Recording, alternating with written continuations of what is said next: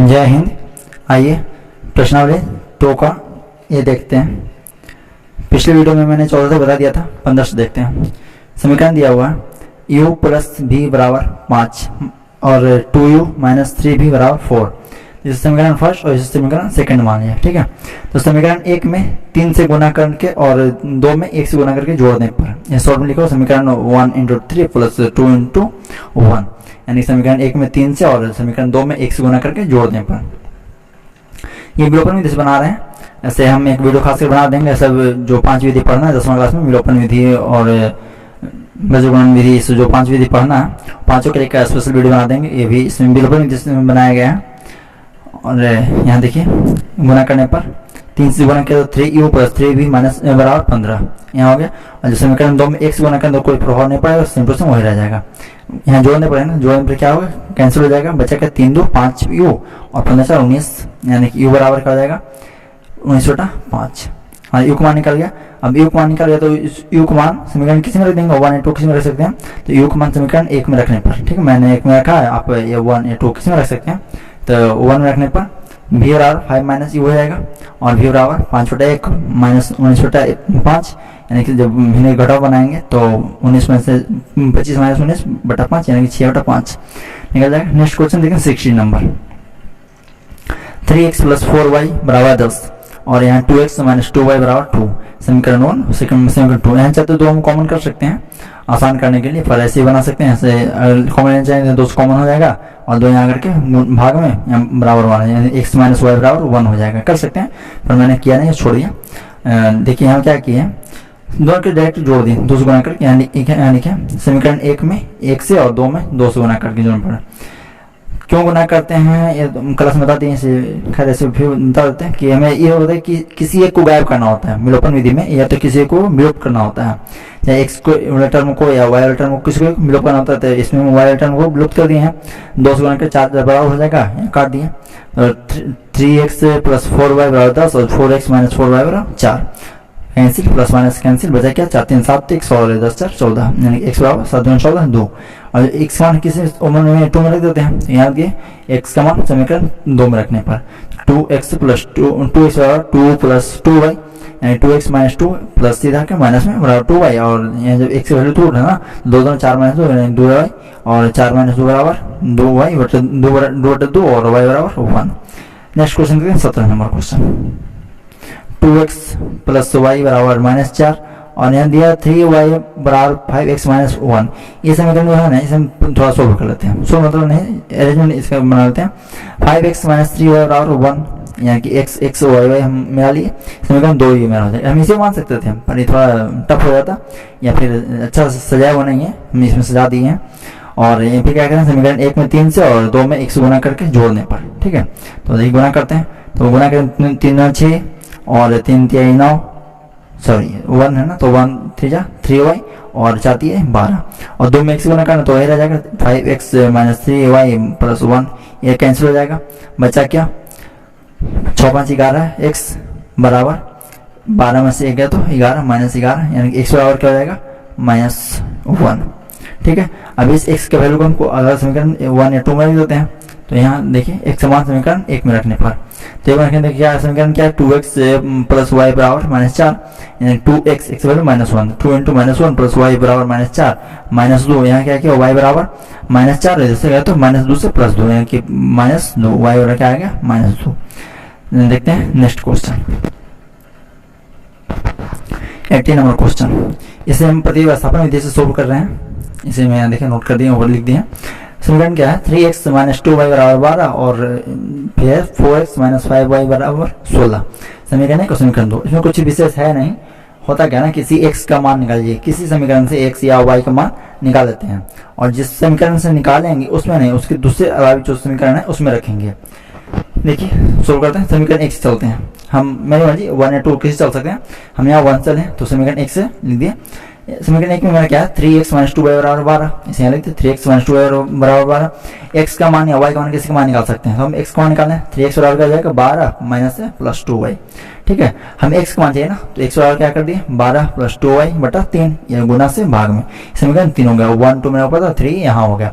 अब क्या करें समीकरण 3 से x का मान समीकरण 2 में, यहाँ ध्यान देने की बात ये है कि यहाँ हम 1 से चले हैं 3 आए, बचा क्या 2, तो 2 में रखेंगे। मतलब कहने का है कि जिस समीकरण से हम स्टार्ट करेंगे उसमें नहीं रखेंगे, जो शेष बचा उसमें रखेंगे। यहाँ 1 से चले हैं तो 2 में रख दिए, अगर 2 से चलते तो x का मान 1 में रखते हैं। तो देखिए समीकरण 3 से x का मान समीकरण 2 में रखने पर, ठीक है।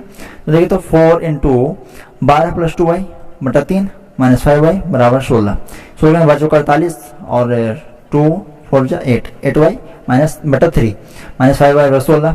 यहाँ से क्या आएगा 48 प्लस 8y, यहाँ से क्या करेंगे क्रॉस मल्टीप्लिकेशन, या भिन्न घटा बनाते पहले, यहाँ से गुना बाद में करेंगे। 3 48 प्लस 8y हो जाएगा, 1 तिया और 5 तिया 15, ठीक है। यहाँ से 48 प्लस 8y माइनस 15y, तो 48 माइनस 7y हो जाएगा, प्लस माइनस माइनस चिन्ह माइनस का, तो 48 माइनस 7y, और फिर इसके बाद क्या है बराबर 48, 16 तिया 48 गुना कर दिए, और फिर क्या माइनस 7y बराबर 0, 48 माइनस ये जाए तो माइनस हो जाएगा, 48 में 0, जब 7y बराबर 0 तो y बराबर क्या हो जाएगा 0। अब y का मान समीकरण 3 में रखते हैं, अब किसी में रख सकते हैं 1 2 3 किसी में रख सकते हैं, तो यहाँ 3 में रख दिए हैं। तो x बराबर क्या हो जाएगा 12 प्लस 2 इंटू 0, y के बाद 0 है तो ये तो पूरा 0 हो जाएगा, टर्म पूरा 0, तो 12 बटा 3 यानी कि x बराबर 4, यानी देंगे अतः x बराबर 4 और y बराबर 0। देखते हैं अगला question 19 number question, x minus y बराबर 3 और x बटा 3 प्लस वाई बटा 2 बराबर 6। ठीक है, समीकरण x से चलते हैं, x माइनस वाई बराबर 3 है तो x बराबर 3 प्लस वाई हो जाएगा, माइनस से प्लस में समीकरण 3 मान लेंगे, x मान 2 में रखने पर, जो 2 में रखने के बाद x बटा 3 प्लस 2 वाई बटा 2 बराबर 6 है, तो x बटा 3 बराबर 6, वाई का वैल्यू कहना था वाई बटा 2, इसको हम इधर कर दिया और 6 का 6 छोड़ दिए प्लस से माइनस में, x बटा x वैल्यू 3 प्लस वाई था, 3 प्लस वाई रख दिए बटा 3 बराबर एलसीएम क्या है 2 1 2 6 2 12 2 1 2 वाई का वाई। ठीक है, तो 3 प्लस वाई यहाँ से क्या करें क्रॉस मल्टीप्लिकेशन, यहाँ से गुना यहाँ से गुना। ठीक है, तो 3 गुना 6 और 2 वाई हो जाएगा, और यहाँ क्या है 32 36 और 3 वाई। ठीक है, इसके बाद क्या किए चर राशि को अलग और अचर को अलग, यानी कि 2y प्लस 3y, 36 माइनस 6 यानी 2y प्लस 3y 5y और बराबर 30, 6 तो 30, y बराबर 6, 5 का 30। अब y का मान किसी में रख देते हैं, तो 3 में रखने पर तो y बराबर x बराबर क्या होगा 3 प्लस y, यानी कि x बराबर 3 प्लस 6, y बराबर x बराबर 9, अतः x बराबर 9 और y बराबर 6। हाँ, ये देखते हैं 20 नंबर क्वेश्चन तुलनात्मक विधि से। अभी तक हमने 2-3 तरीका से सीख लिए हैं, अब तुलनात्मक विधि है तीसरा चौथा तरीका सोल्व करते हैं। समीकरण क्या है 3x माइनस 7y बराबर 7 और 11x प्लस 5y बराबर 87। ठीक है, समीकरण एक से चलते हैं। तुलनात्मक में क्या करना होता है, यहाँ ध्यान दीजिएगा कि तुलनात्मक में ये होता है करना हम लोग को किसी एक टर्म का, चाहे x का चाहे y का, दोनों समीकरण से मान निकालेंगे। जैसे प्रतिस्थापन में हम एक से निकाले तो तीसरा में या तो में रखे थे, लेकिन इसमें क्या करना अगर पहला समीकरण से हम x का मान निकालते हैं दूसरा से भी x का ही निकालना होगा, यदि पहला से y का मान निकालना दूसरा से भी y का मान निकालना होता है। तो x का मान निकालते हैं, पहले समीकरण चलते हैं 3x माइनस 7y बराबर 7, यानी 3x बराबर क्या हो जाएगा 7 प्लस 7y और x बराबर 7 प्लस 7y बटा 3, समीकरण 3। अब समीकरण दूसरा चलते हैं, इसमें भी हम x का मान निकालेंगे, 11x प्लस 5y बराबर 87, यानी कि 11x बराबर 87 माइनस 5y और x बराबर 87 माइनस 5y बटा 11। ठीक है, इस समीकरण 4।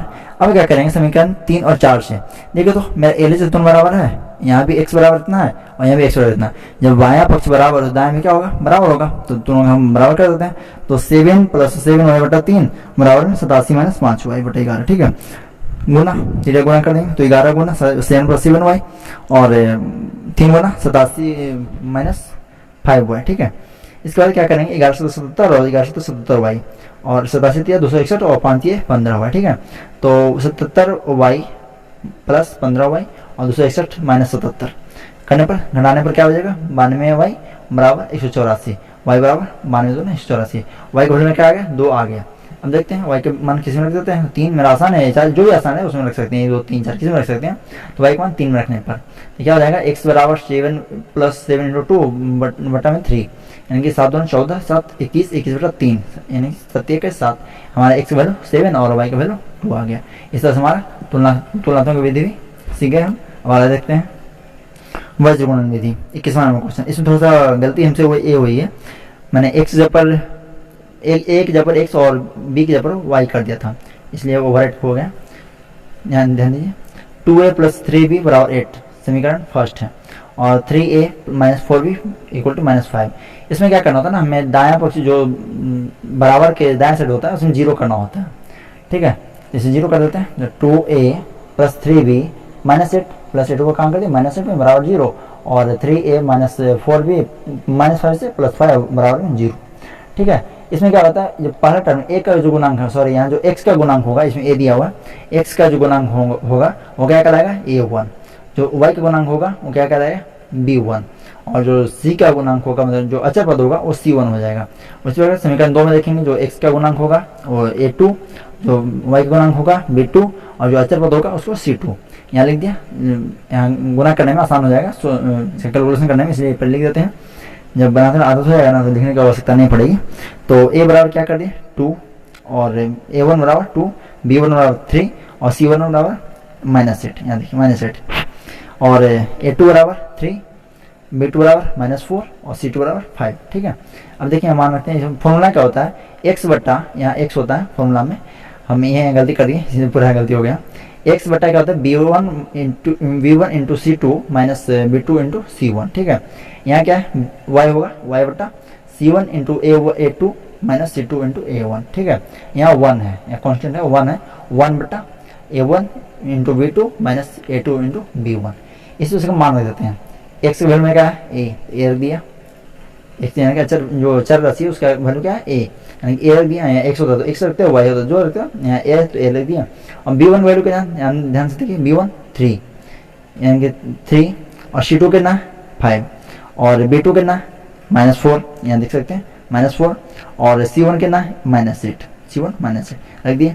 फिर क्या है b बटा c1 क्या है, तो c1 5, सॉरी -8, और a2 कितना है, तो a2 2, ठीक है, यहाँ 2 रख दिए।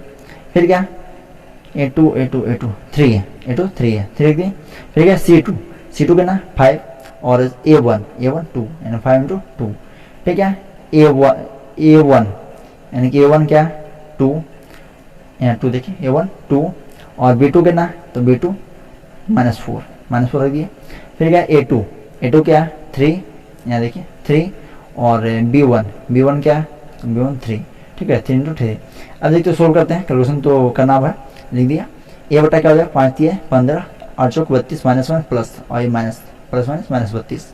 फिर b बटा 8 3 24, -24, और 5 2 10, -10, -24 -10।